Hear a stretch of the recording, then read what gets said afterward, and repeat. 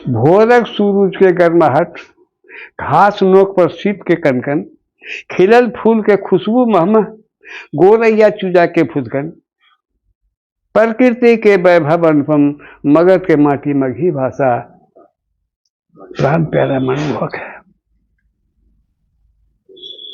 पहिल प्रेम के खिलल कमल, आ पहिल मिलन के अनुभव पल, बीतल पल छाया और छाया शीतल, आवे वाला जगमग कल। इस सभ्य सुख सुविधा से ज्यादा मगध के माटी मघी भाषा, जीवन धारा मनमोहक है।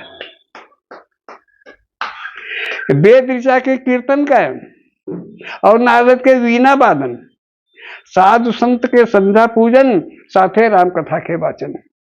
ये पूजन कीर्तन से ज्यादा मगध के माटी मघी भाषा, अमृत धारा मनमोहक है। अंतिम है, नील आकाश और नील समुंदर, फैलल चांदी जरिया भू पर, बिजली बादल भौरा तितली, सभी कहा है कान में आके। सभ्यता भाषा और संस्कृति के जननी, मगध के माटी मघी भाषा, जीवन धारा मनमोहक है।